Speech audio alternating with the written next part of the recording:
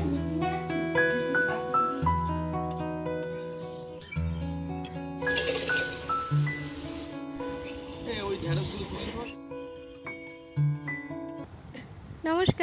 কেমন আছেন আপনারা সবাই? আশা করছি আপনারা সকলে খুব ভালো আছেন এবং সুস্থ আছেন। একটু আড্ডার আরও একটি নতুন ব্লগে আপনাদের জানাই অনেক অনেক স্বাগত। আজ বৃহস্পতিবার, সকাল এখন 5:30 বাজে। একটু আগে ঝমঝম করে বৃষ্টি হয়ে গেছে, আর এই ফুল তুলতে এসে আমি তো একদম ভিজে গেছি। গাছের ওপর থেকে টুপটাপ করে জল পড়ছে আর মাথাটা একদম ভিজে গেছে। ওই যে দেখতে পাচ্ছেন। আর গাছে তো এখন অজস্র ফুল হচ্ছে। একে তো এই বৃষ্টির জলে গাছেদের পুষ্টি পায় খুব বেশি, আর ফুলও দিচ্ছে তেমন। এত ফুল যে ফুল তুলে মনই ভরছে না। তবে গাছ ফাঁকা করে নাকি ফুল তুলতে নেই, তো আমিও গাছে কিছু ফুল রেখে দিই, কারণ ফুল তো গাছেরই সৌন্দর্য। সেই কারণে কিছু ফুল গাছে রেখে দিয়েছি, কিন্তু সেইটুকু দিতেও যেন মন চাইছিল না। যাই হোক, মনে হলো তারপর পরে যখন গাছটার দিকে তাকাবো তাহলে আর ন্যাড়া ন্যাড়া লাগবে না, গাছটাতে ফুল আছে, এটাই হচ্ছে গাছের সৌন্দর্য। জবা ফুল তো সব তুলেছি, এরপরে চলে এসেছি এই টগর ফুলগুলো তুলতে। এই টগর ফুলগুলো প্রচুর পরিমাণে হয় একটা গাছে, আর এক পেটে আমি ফুল তুলে নিয়েছি। আকাশে মেঘটা সরে যেতেই সূর্যি মামা টুকি দিচ্ছে আমাদের। দেখুন এই ছোট্ট জোনাকি পোকাটা গাছের পাতায় কি সুন্দর দোল খাচ্ছে বসে বসে। সকালের সমস্ত বাসি কাজকর্ম শেষ করে আগে ঠাকুরের ফুলটা তুলে নিয়েছি, তারপরে এখন চলে এসেছি রান্নাঘরে। কয়েকদিন ধরে যে এই তেজপাতা ফোটানো ডিটক্স ওয়াটারটা আমি খাচ্ছিলাম, তো সেটা একটু গরম করে নিলাম।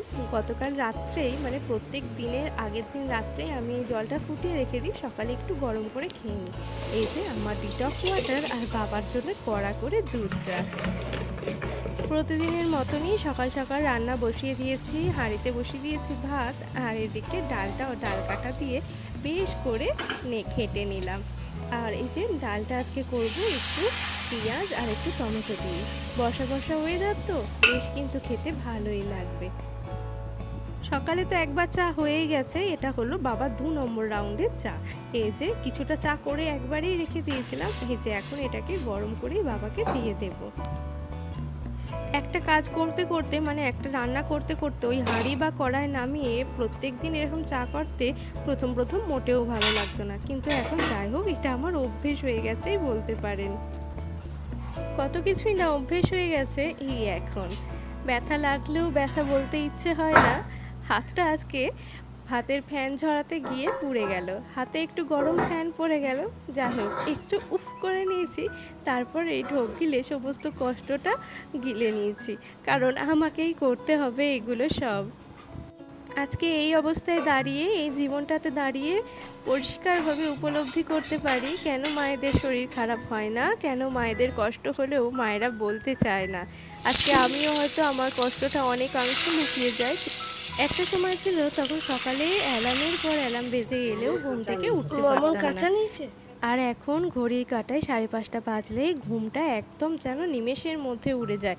সঙ্গে সঙ্গে তড়াক করে উঠে পড়ি। ওই যে সকাল সকাল ভাত রান্না করতে হবে, 8টার মধ্যে সমস্ত রান্না বান্নাও কমপ্লিট করতে হবে, তারপর নিজেকেও বেরোতে হবে।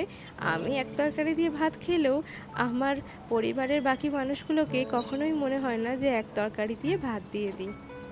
রান্না বান্না এখন আমার শেষ হয়ে গেছে, প্রায় হয়ে এসেছে আর কি, এখনও কিছু বাকি আছে। তো অমিত গেছে স্নানে, আর তার মধ্যে আমি চলে এসেছি ঘরের বিছানা গুছিয়ে নিতে। ওর ভাতটাও এদিকে আমি বেড়ে দেব। আর আজকে এই যে ডিমটাকে ভেজে বড়া করে ওটা দিয়ে তরকারি করেছিলাম। এটা আবার অমিত খেতে খুব ভালোবাসে, কিন্তু এই ডিম সেদ্ধ করে তরকারি করলে সেটা একদমই ও খেতে ভালোবাসে না।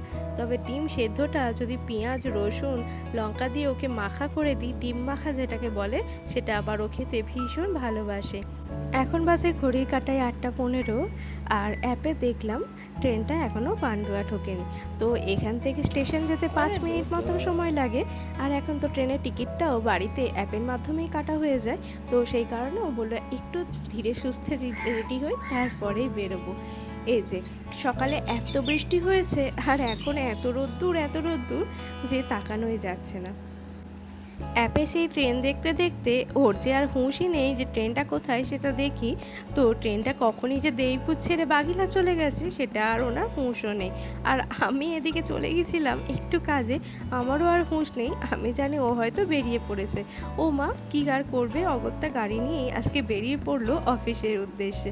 তো গাড়ি বের করে আমি একটু চাকায় জল দিয়ে দিলাম, কারণ গাড়ি বের করার পরে একটু বাবা বিশ্বকর্মাকে স্মরণ করে তারপর বাড়ির থেকে বের হই। এটা আমাদের বিশ্বাস যে বাবাকে স্মরণ করে বেরোলে পথে আর কোনো দুর্ঘটনা বা কিছু হবে না। বিশ্বাসের জোরেই তো আমরা বেঁচে থাকি, তাই না? তো এদিকে আমি ওকে, ও বেরিয়ে চলে গেল। এরপর আমিও স্নান করে নিয়েছি। এই যে স্নান করে এসে সিঁদুর পরে নিলাম। তারপরে আজ বৃহস্পতিবার, তো আজকে পুজো দিতেও বেশ খানিকটা সময় লাগবে। তো চলুন এরপর পুজোটা দিয়ে নিই। অনেকে বলে লক্ষ্মীর ঘটে জবা ফুল দিতে নেই, অনেকে বলে লক্ষ্মীর ঘটে অপরাজিতা ফুলও দিতে নেই, বা নানা মুনি নানা মত, যে যেমন সে তেমন কথা বলে, যে যেটাতে মানে, যে যা নিয়ম মানে, যেটা নিয়ম জানে সে সেই মতোই বলে। কিন্তু জানেন তো, আমার কিন্তু সেরকম কোনো নিয়ম নীতি নেই। আমার যেদিন মাকে যেভাবে সাজাতে ইচ্ছা হয় আমি কিন্তু মাকে সেইভাবেই সাজাই। আর বলুন তো, এত সুন্দর সুন্দর লাল টুকটুকে জবা ফুলগুলো দিয়ে মাকে সাজালে মাকে কত সুন্দরই না দেখতে লাগে। পুজো টুজো করে স্নান তো হয়েই গেছিলো, খাওয়া দাওয়া সেরে এখন বেরিয়ে পড়েছি স্কুলের দিকে। স্কুলের দিকে বলা ভুল, এখন যাব বাড়ি। বাড়ি থেকে তারপর মায়ের সাথে একটু গল্প করে তারপর যাব স্কুলে। এই যে প্রতিদিন ২ বেলা মা বাপির মুখখানি দেখতে পাই, আমার ছোট্টবেলার যে স্মৃতিগুলো রেখে ফেলে এসেছি ওই বাড়িতে সেগুলো সব একবার করে দেখতে পাই। এগুলো আমার কাছে পরম পাওয়া। আপনাদের তো আগেই বলেছিলাম এই যে খাটটা অর্ডার দেওয়া হয়েছিল, দেখুন তো খাটটা কেমন হয়েছে। আমার কিন্তু ভীষণ পছন্দ হয়েছে। তো চলুন আজকের মতো ব্লগটা এখানেই শেষ করছি। সবাই ভালো থাকবেন, সুস্থ থাকবেন, টাটা।